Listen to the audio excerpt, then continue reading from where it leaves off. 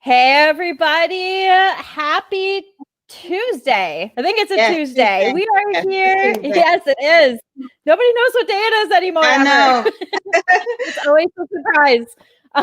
We are here with one of my favorite people in the world. This is Dr. Joy, aka Linnell Powell, and we are so happy to be here with her and to celebrate her launch of her book, Back to Zero. Yay. So, Linnell, yay! Yes, So, Linnell, I'm so tell us a happy little to bit be about here. yourself. Yeah, we're so happy to have you, and we're so excited for your book. Thank you. So, tell us a little bit about yourself and about the book. Okay, sure. I'll just start off with an overview. I truly believe of the importance of joy in schools, and that's why you always see me talking about joy. And I also understand that that's not easy.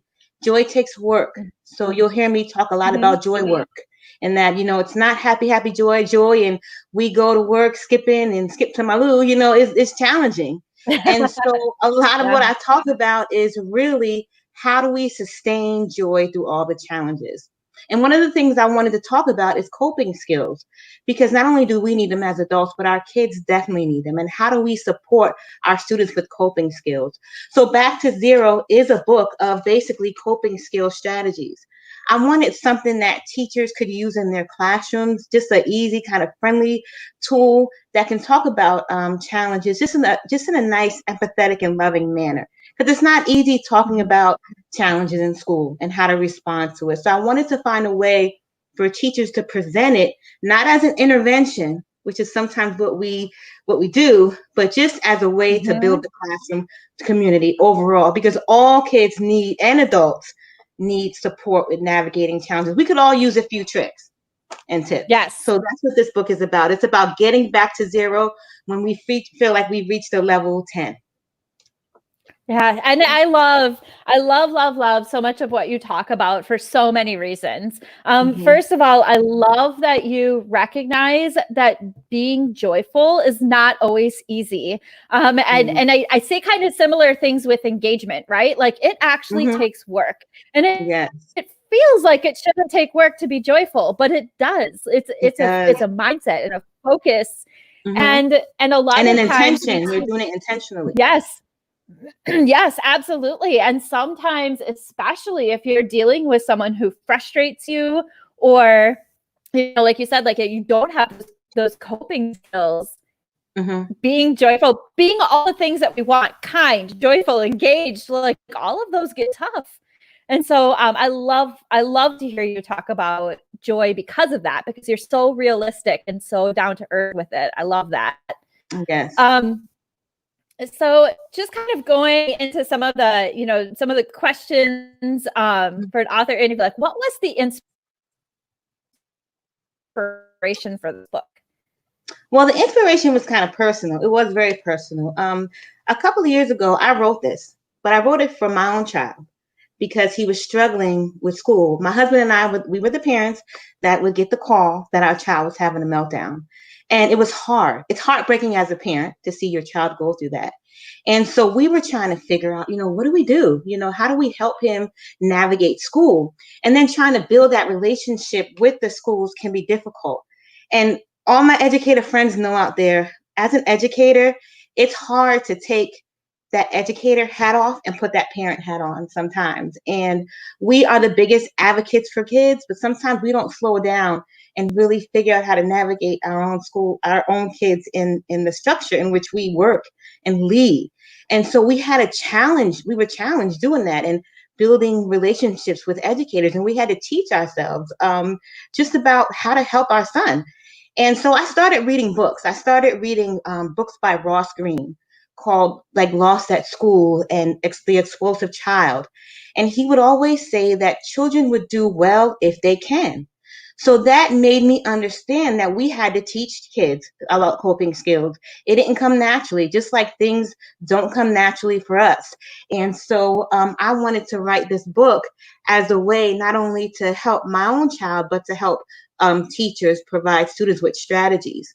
And when I became a school administrator, I really got to see a whole different view of the situation and how widespread this was and how much children needed support with these strategies. And I think I lost Mandy.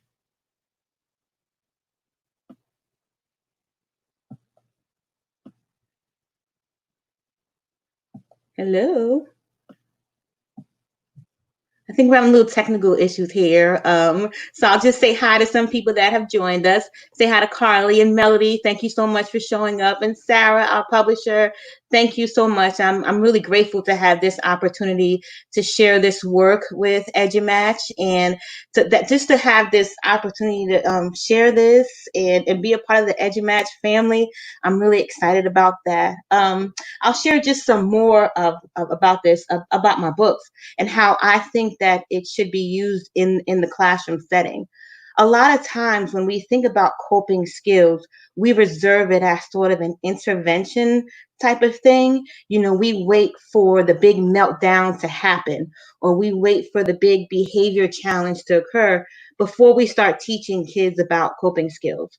And I actually wanted to use this book as a way to build the classroom community, and not wait until something happens, but actually in the beginning of the year, teach all students, what do we do when we're having a bad day, when we feel anxious? Hey, Mandy, you're back. I kept talking.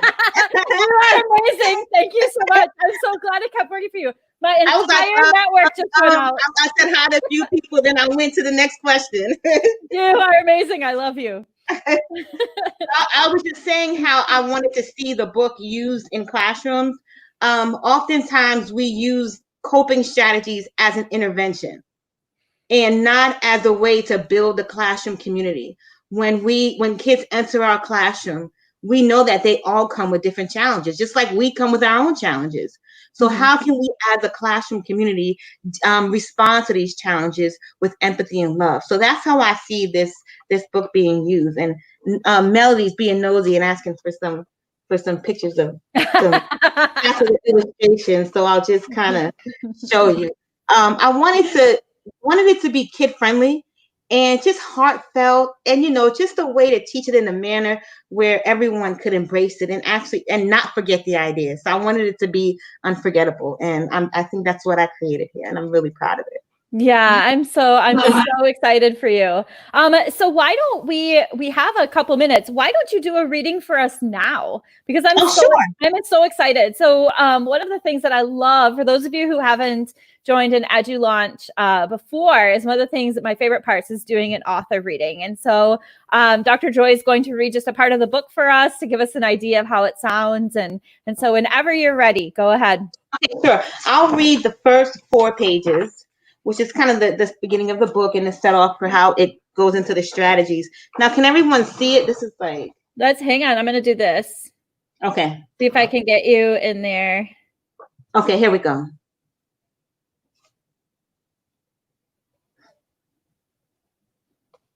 Nope, that's not what I want. I want you. Okay, there we go. Okay, so I start off with a picture of a child, and you see he's kind of shadowed out from the rest of the students. And I think we all experience different feelings, and if we could visualize how we feel when we're overwhelmed or we're having a meltdown, that's how I visualize it. And so everyone may feel a different way, but that's how I see it. Can everyone see it?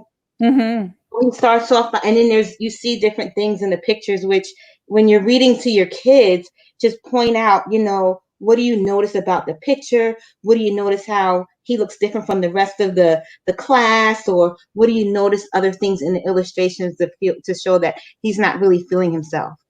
And so I start off by saying, there are times in school when I can't handle the load.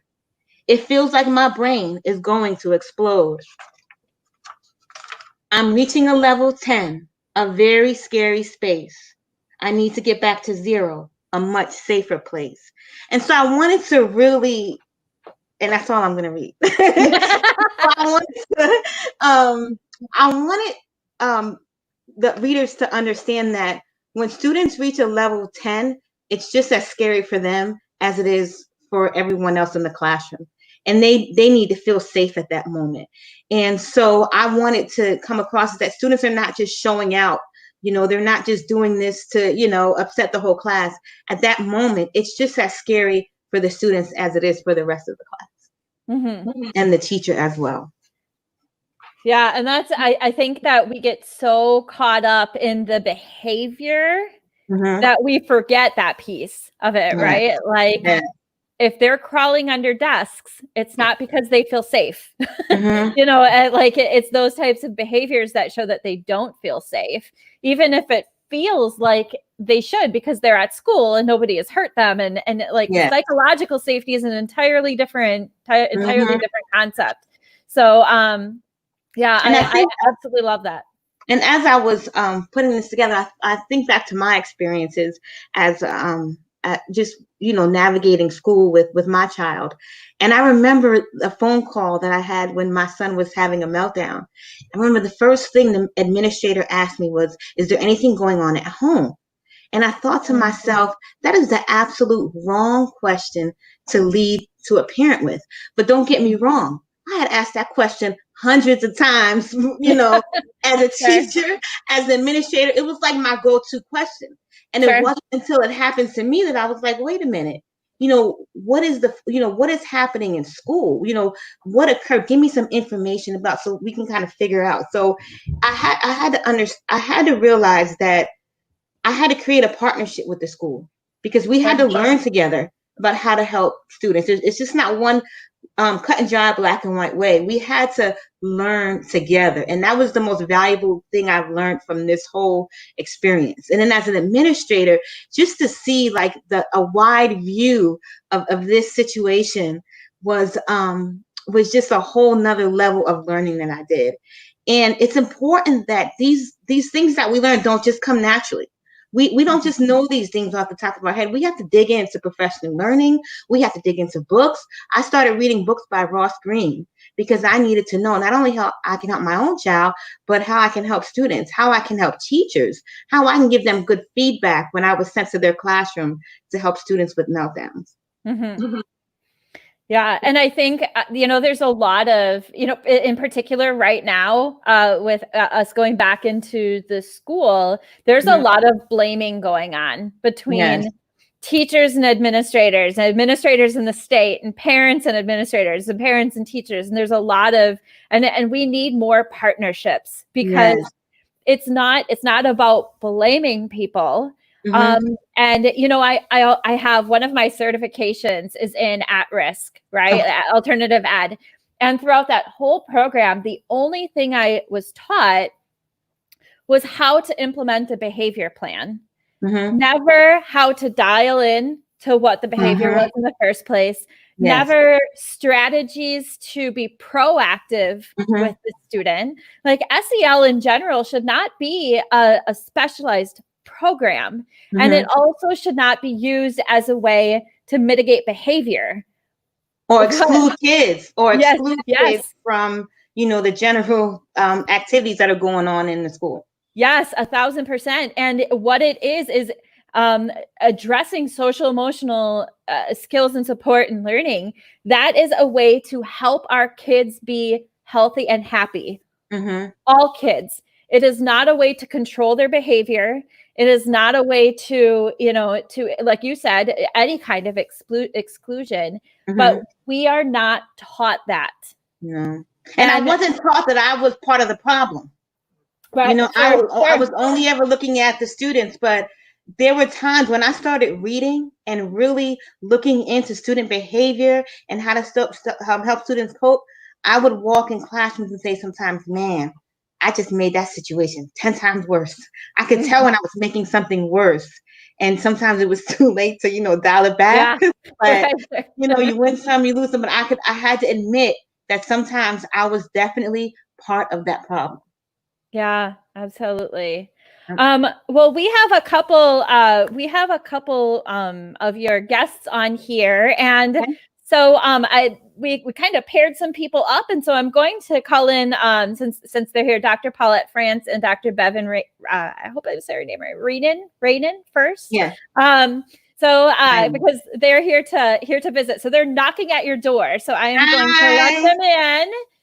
Here we go. Hi, Bevan. Hi, Dr. Hi, Hi, thank you so much for being here. Yes. So I love these ladies, man. These are my colleagues. I asked Dr. Paulette to wear one of her fancy jewelry. She makes jewelry. She's beautiful as ever. Beautiful. And Dr. Ryan, thank you so much. They've all had a chance to kind of take a sneak peek at the book. So I'm grateful for their support throughout this process. Fantastic. I gotta tell you, Dr. Joy, I put on an actual shirt for you today. What's going on underneath here? I got my leggings on, so I love it for you just for yes. Don't stand up. That's a general rule on the webinars are live. Yes. Don't stand up. Don't even want to sit back too far. Yeah. Wow. Yeah, I'm so excited to see the book in actual print. Yeah, excited. Thank you. Thank you. Oh, show it again. Show it again. Back to zero. Little boy in the middle, and oh my God, it is beautiful. It is incredible. I really appreciate their feedback through the process, so they can share with you. Yeah. So, doctors, tell me, what did you think of the book? Like, what was something that resonated out of the book with you? So many things. You want to go first, Paulette? Well, you can go ahead. Dr. Rainey. Sure.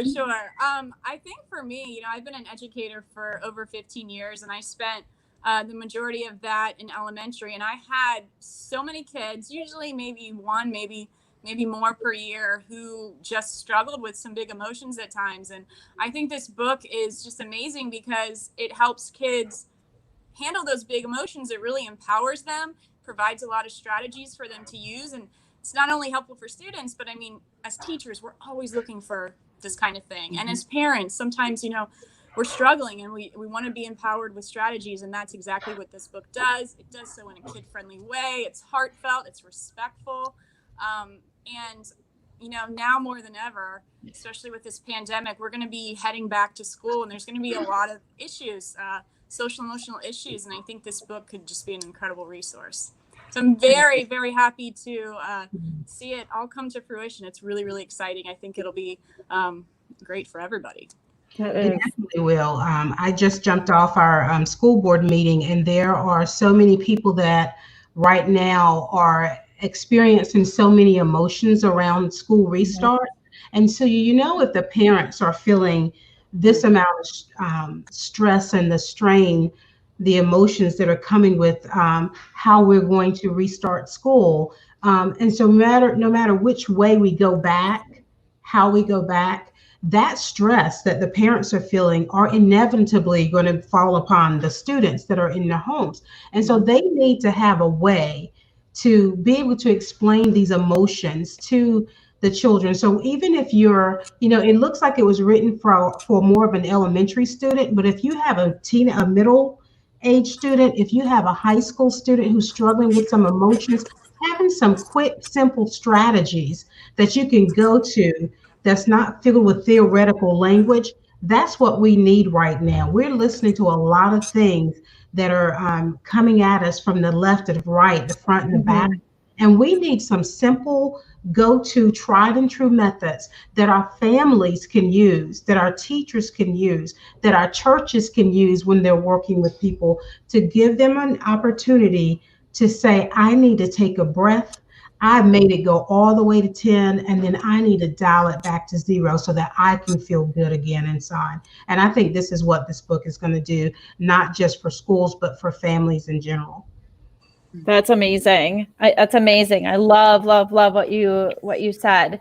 Yeah, and I think it's so true that we always talk about all these books in an education context because that's our life.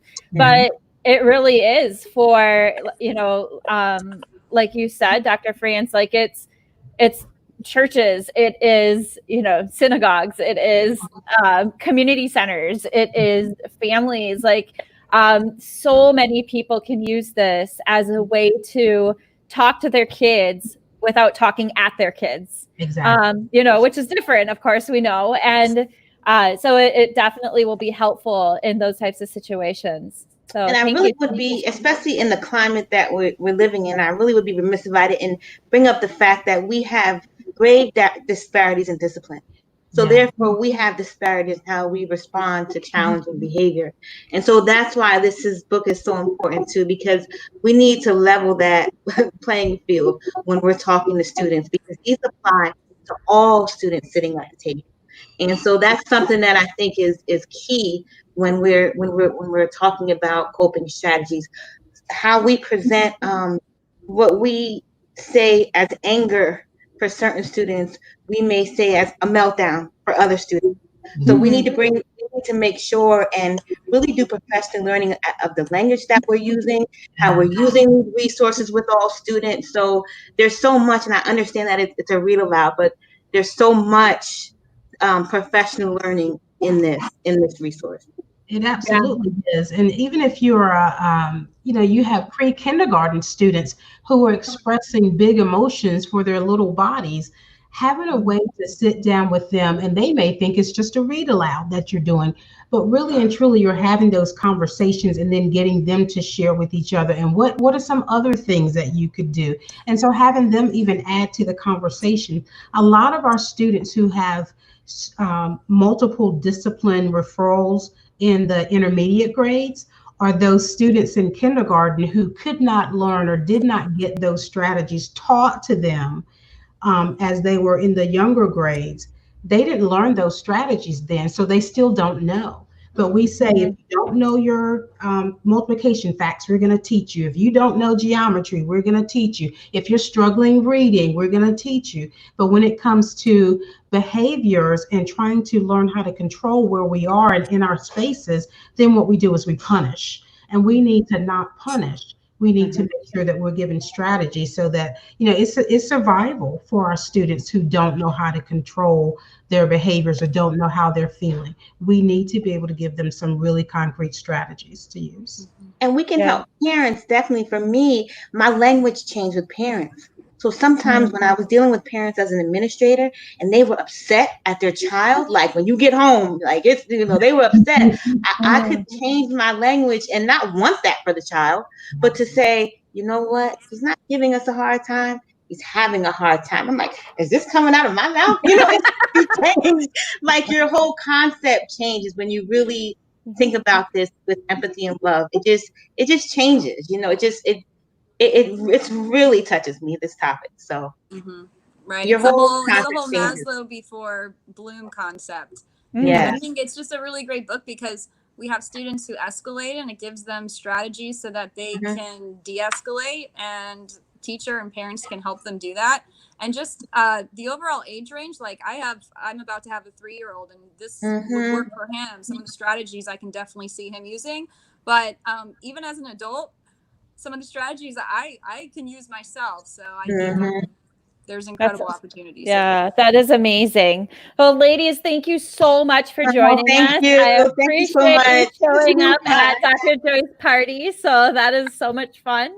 And thank you for reading the book and giving your feedback as well. We really appreciate that from EduLaunch too. So thanks for having me. Great seeing you guys. Thank you. Dr. Joy. All right, thank you. Bye-bye. Bye. That was so much fun. I loved their feedback. That was fantastic. So I love the conversations around this book because it's so fitting for so many groups of people. It's fitting for the time period. It's fitting for SEL. It's fitting for all of the things. Like you're giving coping strategies for all of the things, and yet your focus is joy. So it's just so amazing. So kind of going back to some of those questions. So we talked about how you see this being used in schools. How do we help kids deal with big emotions? Do you have want to talk specifically about those strategies, or? Well, I'll just say I think I'll say two things. Basically, we have to teach them those replacement behaviors. We have to teach them how to respond positively, but we also have to allow them to be part of the process. We can't just put things on students. We have to allow them to be part of it. Allow them, in order for them to regulate their emotions, they have to understand it. So they need time for that reflection. And we also, I think the most important thing when we're dealing with teaching kids about strategies for emotions. They have to be aware about the people around them and how their behavior impacts the people around them, but also how people around their behavior, how the classroom, how everyone's behavior impacts each other.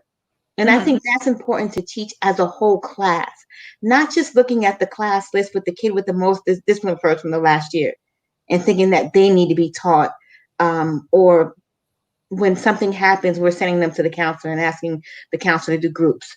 That's an intervention. That's an intervention. Yeah. So we have to teach it as we're doing it, like it's part of our curriculum. It's part of the way we teach math, the way we teach language arts, the way we teach science. Teaching these skills, during morning meeting or, time reflection with the students. But this is something that needs to be taught to the entire classroom. So I think that's the most important thing that we need to remember. Yeah. And I also think too, one of the things we forget to teach forget how to help students is by being reasonable on what our expectations are that they should be able to do. Yes. And I'll give an example. One of the things that I ended up taking out of my classroom when I was a teacher was we had, I forget what they're called. Sometimes they're like a ladder. Sometimes they're a friendship bridge. Sometimes so it's like basically if two students get into an argument, they each stand on one side and they move together and talk about. I ended up taking that out. And the reason I did is not because I didn't think that the concept was a good idea, but that we were often using it directly after the kids had an argument. And as an adult, I started thinking to myself, how ready and willing am I to have a conversation with somebody I just got in an altercation with? Yes, really not ready. Sometimes for years. Right. Exactly right. Yes. So I feel like sometimes we expect kids to forgive right away. We expect them to process right away. We expect them to be happy right away. We expect them to get over it right away. And that's not reasonable. And we have a hard time doing that as adults. And so that's true. And we also expect them to understand the purpose automatically for coping strategies or for those things. And they don't. And they don't know how to use them. So we have to model it. And then we have to give them feedback. If you go on my website, I created a couple of free resources to go along with these books. And so one thing I created was a reflection where students actually go and create some of their own strategies. And I created something called break cards, which are often used in classrooms, which is a good tool. But you have to remember that these things take time because kids have to learn the purpose of the break card. What am I using this break card for? What's an appropriate break? So there's a lot of learning that goes on with teaching coping strategies. A lot of teaching and learning that goes on. A lot of feedback, a lot of trial and error, And so we have to have the patience, and that's the difficult part because I understand the reality of what we have to do. I understand the reality of the work and the things that we have to get through, but we don't get through much when we have a lot of meltdowns going on in the classroom. Yeah. And so I think the important thing is to know that these things take time and patience, and it's like a design process. We talk about design thinking a lot, and how you do something, you reflect on it, you get feedback, you try again. It's a process. It's just not you do something and it works. And we have to teach the student the purpose of what we're doing, and then how do they implement it for themselves. And then we have to give them some ownership. They have to learn, well, maybe I can try this. This is how my body feels when I feel upset. This is how my mind feels. They have to be able to make those comparisons. And that takes time. Self-regulation. It takes time. Yeah. Time and emotional maturity, which is sometimes too what we expect too much. We expect too much emotional maturity out of students who are very, very young. So, okay. So we have a couple more guests knocking at your door. So we are going to invite in two of our next guests, Nicole and Betsy. So let's get them in here because they've been knocking at the door. There they are. Hello. Hey, ladies. How are you? Hey. Hello, ladies. How are you? Congratulations. This is amazing. Thank you so much. Thank you. Thanks for letting us see it. Yeah. You know. Yes, I really appreciate it. I actually asked Betsy to read it as a school counselor because I wanted to just get different perspectives of how, we would use this book in the school. So she was able to help me from the school counselor perspective. And Nicole and I have had some side conversations, in reference to our own children. And Nicole's doing, of course, great work with her book. And so I was so grateful to get Nicole to read it. That's amazing. So what did you ladies think of the book? Was there anything that stuck out to you specifically? Anything that resonated? Nicole, do you want to go first, or? Sure. For me, what really resonates is that this is so needed in terms of a whole class intervention. In my book, I talk a lot about teachers feel overwhelmed when they have kids with IEPs and 504s because, especially at the high school level, we have 35, sometimes 40 kids in a classroom. I have 5 classes. And in all honesty, it doesn't sound good, but real talk, it's hard to get to know everybody's needs all the time. It's hard. We try, but it's hard. And a lot, when we talk about what kids with ADHD, which is my focus, need is help calming down. And that's not just kids with ADHD, of course. That's kids in general. That's people nowadays, right? Look at the news. But the thing, it all starts when you're young. And one of the things that is that we really need whole class accommodations that are targeted for our kids that need a little more assistance, but benefit everybody. And there's many things that we can do. And this book is exactly one of them. This book is not targeted to ADHD, but I'm going to tell you, my son, when he was littler, this would have been the perfect book for him because of the trouble with the settling down piece. And I think that the more we get these messages out through reading, through stories, through engaging stories like this, and not just lectures that nobody listens to, of course, right? Especially like Mandy said, after people are already arguing and nobody wants to hear it.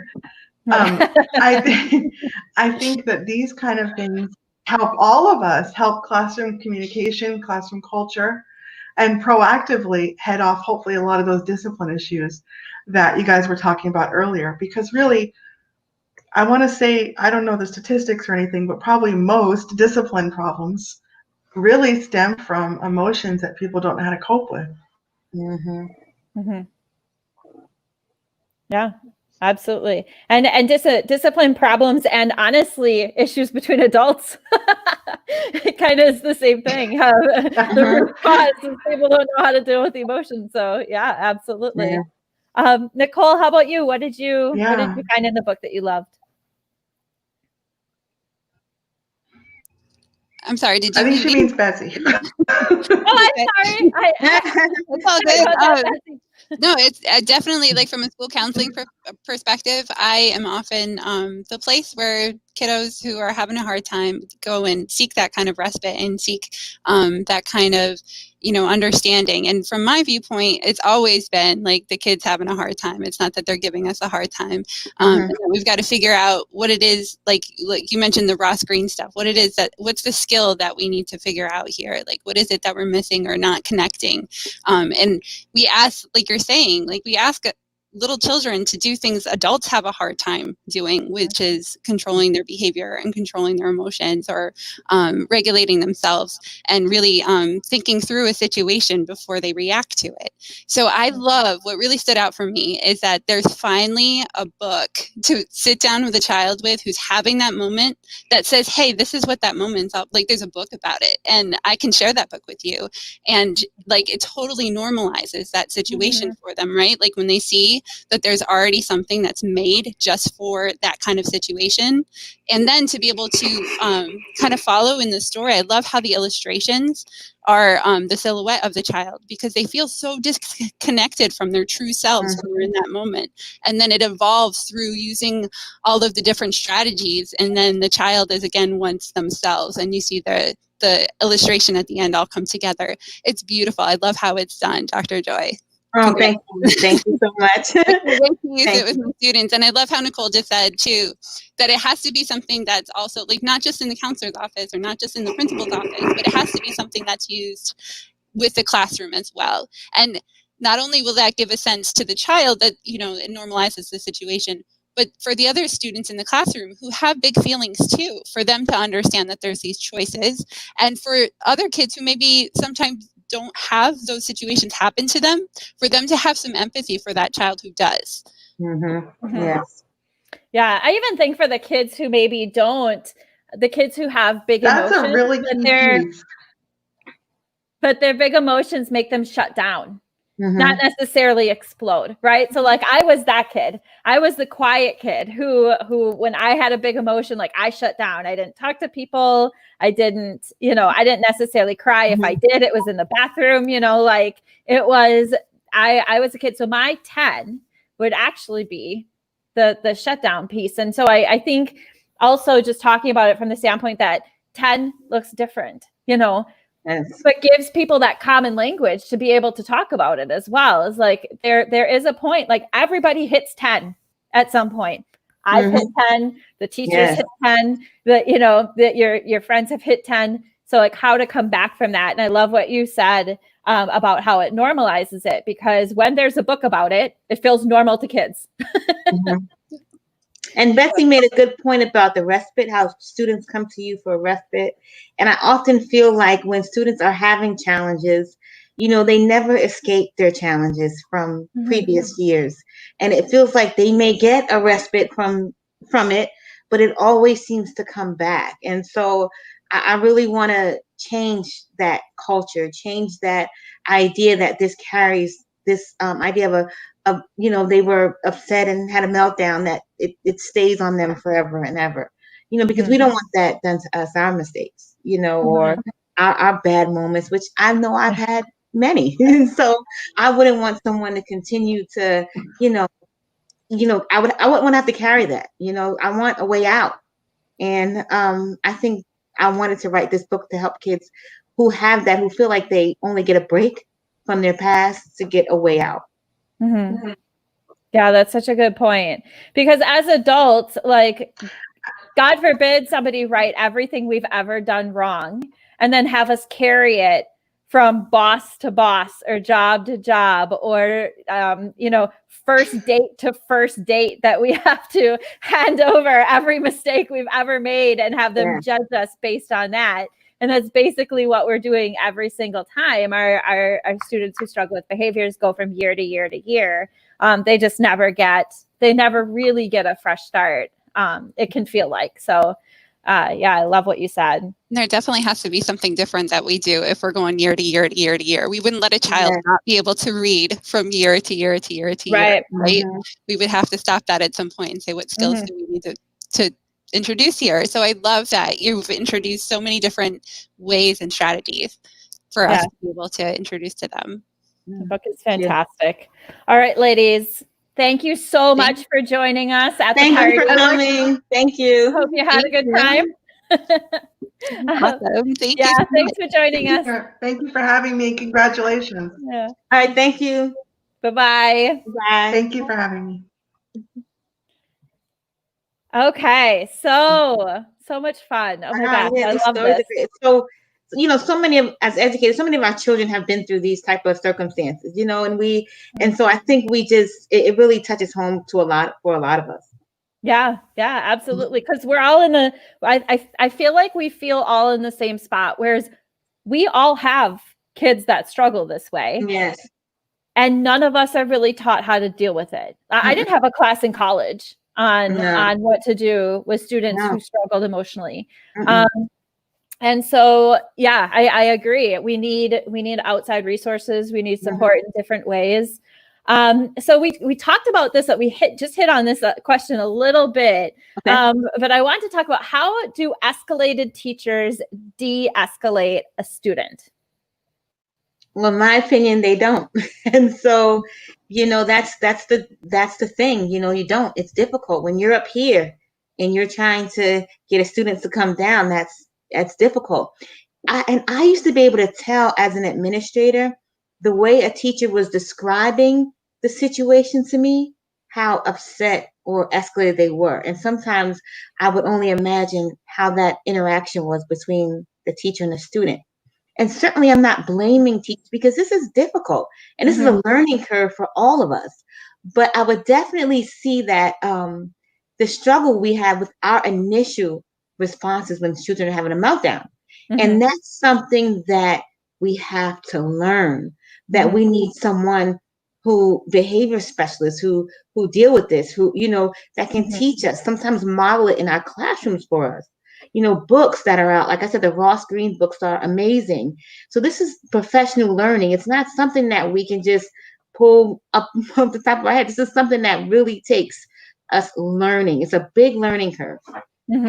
Yeah, and it takes a lot of self-control because you know, there have been you know, so many times I hear people in the community talk about those schools, you know, the rough schools having behavior problems. Nope, it's all over the place where we have students who are escalating, and it can be, you know, it can be scary for elementary teachers with elementary students doing it. It's even scarier for secondary teachers who have, you know, some of these kids are bigger and taller and stronger and younger and all of the things, and they're escalating and blowing up. And so, you know, when I talk about teacher mental health, one of the things I often say is when that happens, we need to allow teachers to decompress and to process and things like that. But the fact of the matter is that during that moment, escalating yourself is not going to help the situation. And I mean, you know, you could talk about science, you could talk about mirror neurons in your brain and the kids feeding off from that. And I mean, it could go all the way down to that. But I agree in full. You cannot de-escalate a student if you allow yourself to get escalated. Because at some point you're going to have to revisit that situation. You're going to have to look at the facts of what happened, and you're going to have to reflect on the environment that it was happening in. And you're going to have to take action steps, and so it doesn't continue to happen. So at some point we have to get to a place where we can calmly reflect on the facts that happened, and we have to speak to a parent. We don't want to go to a parent escalated, so we have to speak to a parent about it, or, you know, speak to an administrator about it, or whatever. There has to be a point where we're able to calmly think about the facts of that situation and what surrounded that student's meltdown. Yeah, absolutely. And like you said, it's not easy. Like, okay, so when we're talking about joy, and on the other hand, we're talking about this, you know, about escalated students, like, it is not easy to not have those feelings in the moment. And so I think it's important for teachers to understand, like, when you say escalated teachers cannot de-escalate students, we're not saying it's your fault they're escalated. We're saying that we know it's tough and we know it's hard, and it can make you scared and angry and sad and all of the things, but it's still not going to help the situation. So I think, yeah, that's such an important point. And that's where the joy part comes in. That's where the work comes in, you know. That's where that joy work comes in. If you want to have this joyful learning environment, we are putting this big push about learning environments and happy learning environments and positivity in the learning. But there's so much more to that than, you know, quotes and signs and T-shirts and all those different things. It's really work. And so if we want that, this is part of that work. This is part of lifting, you know, pulling up our sleeves and doing the work for all students, so they can feel that they are in a joyful learning environment. And if you've kind of built up that joy, then when something happens, it doesn't feel so catastrophic. Yes. It doesn't feel like it's just breaking your entire world apart, because you've built up resilience, and you've built up kind of a reservoir of joy or happiness that helps you get through something like that. And what helped me, and you know what, and by doing that, by being willing to learn, your relationships with parents will change, because they see you trying, they see you working, you become their partner. And I remember being a partner with one of my son's teachers, and what a great feeling that was. It just changed my whole perspective. I remember the first thing she said to me, the very first day of school, I met with her, and she said, "Your son is going to make it through this year." And I'd never heard that up front from a teacher. So she was sure that if you have to say those words to parents to kind of open up that partnership, because you're going to need your parents. Right. You're going to need their support. So whatever you have to do to build that partnership, it has to be done. You know, maybe at the time she wasn't really sure, but at least she said she was. And that kind of broke down the walls, because talking about discipline and behavior with parents is so difficult. And so that kind of brought down the defense mechanism, because you have to do that to parents. Because think of all of the other previous teachers they've had to deal with, or circumstances, good situations, bad situations. Every year is different. So up front, how do you break down the walls for the parents so that you can build a relationship and help the students with coping strategies, and that the parents will be supportive of you? That makes me that makes me choke up a little bit. Yeah. But what a simple statement, you know, and like you said, she might not have known that, but it's going in with that attitude that's such a game changer for how she's setting him up for the year. And just like you said, such a simple I love that. So you have another guest knocking at your door. Okay. So we are gonna invite in Dr. Sheila Wilson. I'm so excited. So we're gonna bring her in here. There she is. Hi, Dr. Wilson. How you doing? Good. How are you? Thank you for being here. Thank you for having me. I am so proud of you. This book is thank you. Yes. Thank you so much. Yes. So Dr. Wilson and I connect a lot. I do a Joy Book Club, and she is one of the best participants. And so we actually tackled one of Ross Greene's books. That was our first book, Lost at School. Yeah. And we talked about challenging behavior and helping kids cope. So that was actually our first book that we did. Definitely. And when I read your book, it just reminded me so much of the things that we talked about. And, you know, I just had this moment where I said, I can't believe I know someone that wrote this book. I mean, really, it was simplistic in one way, but it was so deep in another way.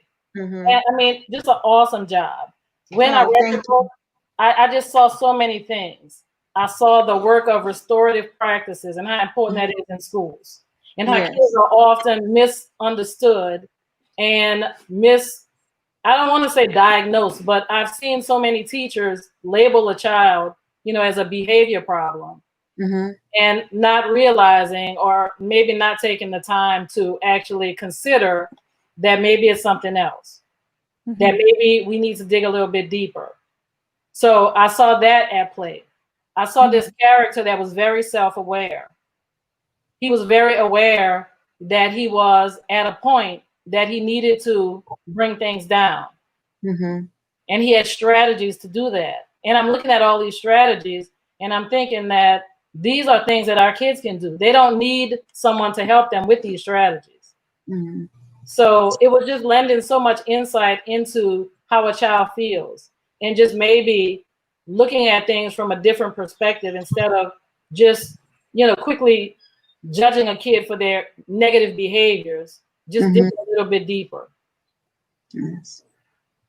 Yeah, absolutely. And I feel like the illustrations take the book to the next level. Like the words and our outfit, the whole book is fantastic. It would have been fantastic without illustrations, but the illustrations really add kind of that element of depth as well, or like another element of depth.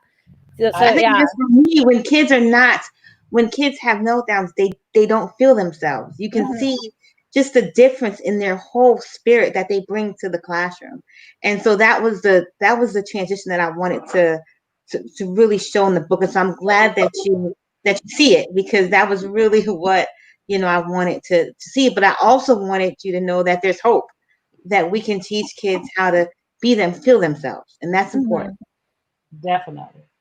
Yeah. I mean, I think you really did such a great job. And, you know, I felt for the character throughout the book, because he was a silhouette, and you're wondering, you know, what he's carrying with him. And just in that last page, when he's fully present, and it's like, wow, he accomplished this through his strategies. So, and now he can teach someone else. Exactly. And, you know, I see this as a book. I'm a 5th grade teacher, but this would be something that my kids could totally relate to. It can be something that can be read over and over again. I'm thinking about during our morning meetings. I'm thinking about during the time where we have our restorative circles, you know, if there's a situation in our classroom community. So the book can be revisited. And I think it's just a great resource for teachers, for parents, for kids. Thank you. And I have some, I want to share with the audience that on my website, JoyWork edu at joyworkedu.com. I do have some free resources up there that teachers can use along with the book that'll help students with reflecting. I'm also next month, because it's the end of July already, I can't believe it. I am going to release a course to support teachers with this idea of coping strategies. So I'm excited to be able to bring that professional learning piece along with the book. That's amazing. Awesome. Absolutely amazing. Yes, thank you. And we are almost to the end already. Wow, that was fast. You were right. I know. You were right. So fast. Yes, thank you. Yeah, Dr. Wilson, thank you so much for joining you, us. Dr. Really appreciate you. I'll see you at our next Joy Book Club. Definitely. I will be. Okay. All right. Thank you so much. Bye-bye. All right. Bye. You know what I was just thinking? You know what would be amazing? What? If you took either some images or the entire book and made it a mindful coloring exercise. Oh, that would be a good idea. Yes, because kids can kind of color in how they feel. Oh, yeah. Write that down. Yeah, that would be amazing, because then they could, they could color in themselves even into the silhouette. That would be very cool. I love that. That is cool. Thank you. We have to talk to Sarah about that. Sarah there? Sarah. Box lady, are you there? I'll be emailing you. I'll be boxing with you later. I'm so excited to have Dr. Wilson on. So you can find the book at bit.ly/back-to-0, because that's the title of it, Back to Zero. And do you want to one more time give us the information as to where people can find more of your work? Sure. You can look on my website, joyworkedu.com. Everything's at joyworkedu. So you can follow me on Twitter at joyworkedu. This Thursday, I'm actually going to be facilitating a Twitter chat using the hashtag joyworkedu. And what I'm going to do there is have 3 questions from 8:30 to 9 o'clock. And we're going to talk about coping strategies. And I'll actually be facilitating a chat each month. And I'll have different guests moderating, and it's all going to connect back to joy. Every topic, whatever they're talking about math, we're going to connect back to joy. If they're talking about whatever, we're going to connect it back to joy. So we'll be doing that once a month. The first one is this Thursday, and I'll be giving away some free books during that chat. So I would love to have you there. And on my site, like I said, I have some free resources. That's joyworkedu.com. along with a poster that I made along with the slides. It's not so free, but it's still nice. You can check that out.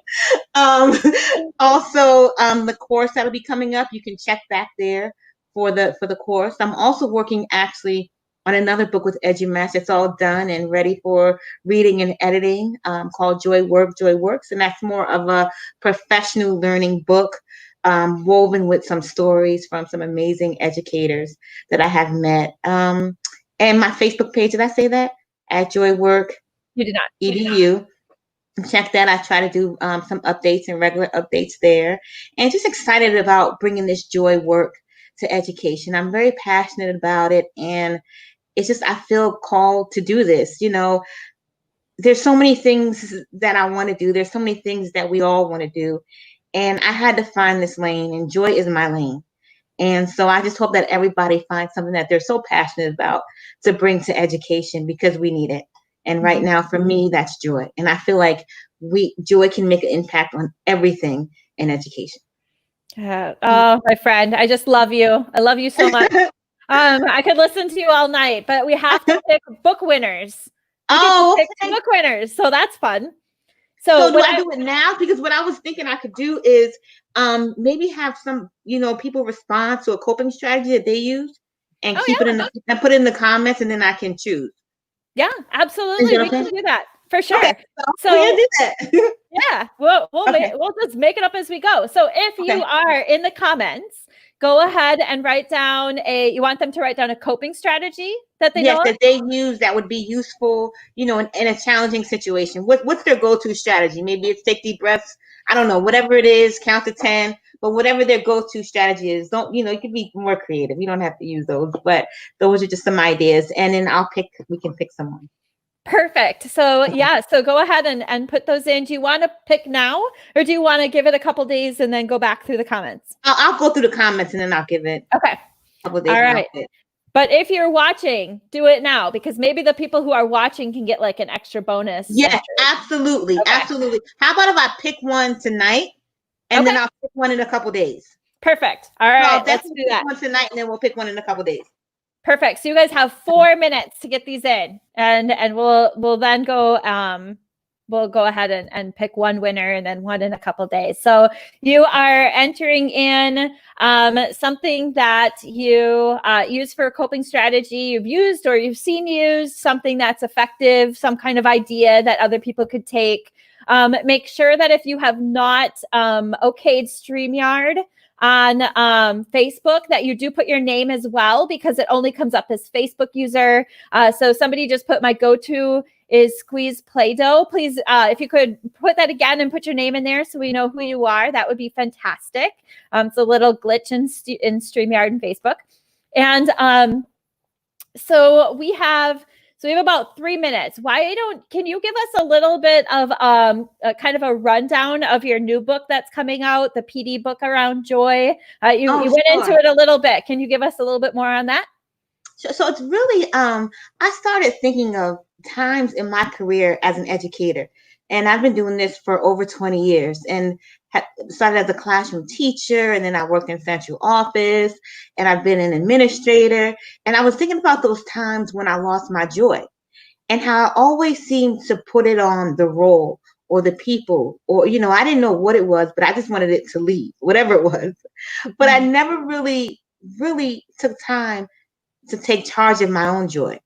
And so really it's a reflection of some of the lessons that I've learned based on reading and some of my experiences with the importance of doing the heavy lifting when it comes to joy and the joy work period, how it takes work. And so I go through, within those lessons, I include different strategies. And I also have little vignettes from different educators from around and their perception of joy and some of their experiences. So I see it as a professional learning book that you would use like with a group of people, and just kind of you could do it by yourself, but it would be, I think, really useful to focus on each chapter. Like, you don't have to read the book quickly because change takes time. So I can see like groups of people working on chapter 1 and discussing that, and then going to chapter 2 and discussing that, maybe weeks apart, some sort of like a book study, but just taking your time through the book, sort of like kind of like, for me, I think it would be like a devotional, not in a religious sense, but, just to give you those strategies and a very personal journey of how joy can impact your role. And I think as you're reading it, you'll see the changes immediately. Like as you go through chapter 1 and you start implementing and reflecting on how chapter 1 works and how it impacts your role, how it impacts yourself, then you go on to chapter 2 and do the same thing. So that's how I view it. I love that. I love the devotional. I love how you said that. Yeah, it gives a really good, very feeling. Personal. Yeah. Yeah. And I think there's so many interesting things that happen around things like, again, engagement and joy, and because sometimes we feel guilty if we don't feel that. Yes. And yet it is something you have to be very intentional and very mindful of, and it doesn't just come to you. And there's not as many potlucks and free teen day and everything else. There's not enough of that to sustain joy. It has to come from within. Yeah. And, that's something else that we have. Those are quick fixes that make you feel good for the moment, but these are things that we have to do, our internal work. Yeah, absolutely. And let go of the guilt. Yes. That doesn't do anybody any good. and have some grace on ourselves and everything we do. You know, when I was reading these books just about explosive behavior, I did feel guilt about so many years as an educator, just not knowing and not responding in the way that I should. But you know, you just, when you know better, you do better. Yeah, absolutely. All right, my dear, we are up to 7 o'clock. Do you want to pick somebody, or do you want me to pick somebody? I can kind of scroll and pick some random person, or it's up to you. Okay, I'm gonna pick. Is it Desmond Hasty? Because he's been commenting pretty regularly. I keep seeing Desmond. Is it Hasty? Yeah, it looks like he said my go-to strategy. Let's see. Yes. Desmond said here, my go-to strategy in a high school setting is to use proximity. If a student is at a 10, I will talk more intimately with them and de-escalate the situation by redirecting or rephrasing. Hasty, yes. So good. You're the winner. Good. So Hasty, if you can please contact, so you can go to joyworksedu.com and he can contact you off there. Yes. Is that correct? And okay. I will, yes, and I will in the contact, and I will go ahead and send him the book. Thank you for participating this evening. Amazing. And thank you everyone who's here. Thank you. Yes. And thank you, EduMatch, and thank you, Mandy.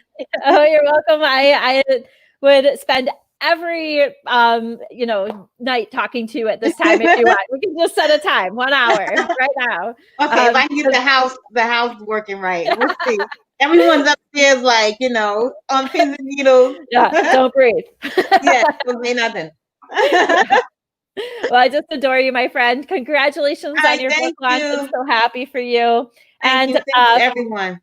Yeah, for everybody else, don't forget, we do give bulk discounts at 10 plus books, and you can email Sarah Thomas at sarah.edumatch.org for those bulk discounts. So if you want to buy Back to Zero for every classroom in your school, you can go ahead and do that at a discount by contacting Sarah. And we hope that everybody has a fantastic night. Thank you. Bye.